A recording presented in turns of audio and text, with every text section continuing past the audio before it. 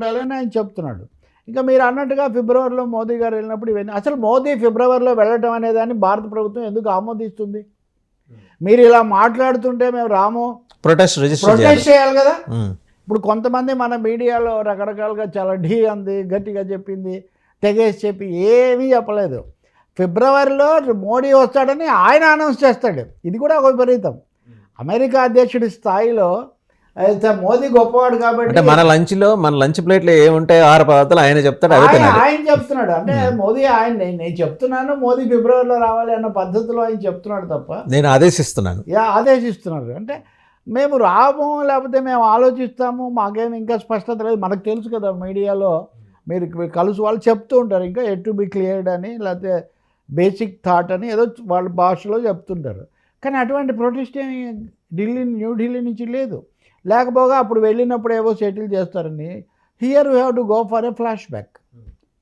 That is how day Modi అని. అంతకుముందు మోదీకి ఎన్నికలకు ముందు ఒక బూస్ట్ ఇవ్వడానికి ట్రంప్ అక్కడ ప్రోగ్రాం పెట్టడం, నమస్తే ట్రంప్ అని మోదీ ఆయన్ని తీసుకొని వచ్చి ఇక్కడ అహ్మదాబాద్లో మోడీ స్టేడియంలో ఆయన ఘనత చెప్పడం. అసలు యాజ్ ఎ సీనియర్ జర్నలిస్ట్ 2 దేశాల అధ్యక్షులు పరస్పరం ఎన్నికల ప్రచారానికి రావడం అనేది అసలు ఎక్కడ మనం లోగడ చూడలేదు. అంటే that is the thickness of the thick relations వాళ్ళ మధ్య ఉన్నాయి. అవి దే గో బియాండ్. అంటే 2 పోలికలు కూడా ఉన్నాయి సార్. ఆయన he is a strong follower of church, rightist.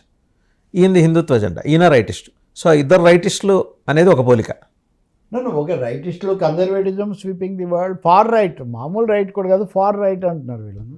ఈ ఫార్ రైట్ అనే, బట్ ఈ behind this far right is spiritual or what you say religious or communal side of their relation.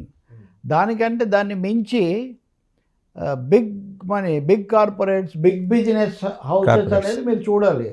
And you may be surprise to see that Trump had a photo with Ambani pair, not with Jaishankar. Yes, Jaishankar, who represented India in the capacity of Minister for External Affairs.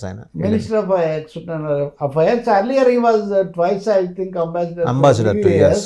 So with so much of record, Jaishankar could not get a photograph with together with Trump.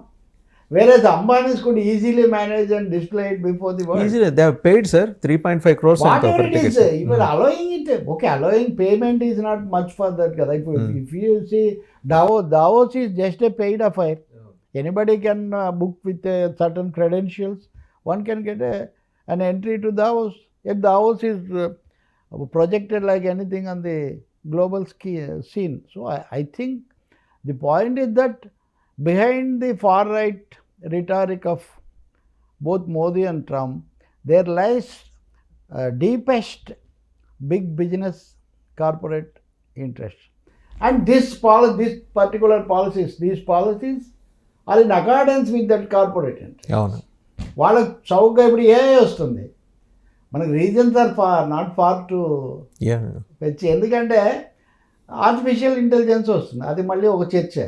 Artificial intelligence వచ్చిన తర్వాత ఏ IT కోసం అయితే ఇన్ని వేల మందిని వాళ్ళు తీసిపోయారు, ఎవరైతే సుందర్ పిచ్చాయిలు, సత్యనారాయణలు తయారై శాసించి ఒక కొలికి శిఖరాగ్రానికి చేర్చారో దాని క్యారెక్టర్ మారిపోతుంది. And it is told sir that unilateral, ఇక్కడ సమస్య ఏకపక్షంగా నిరంకుశంగా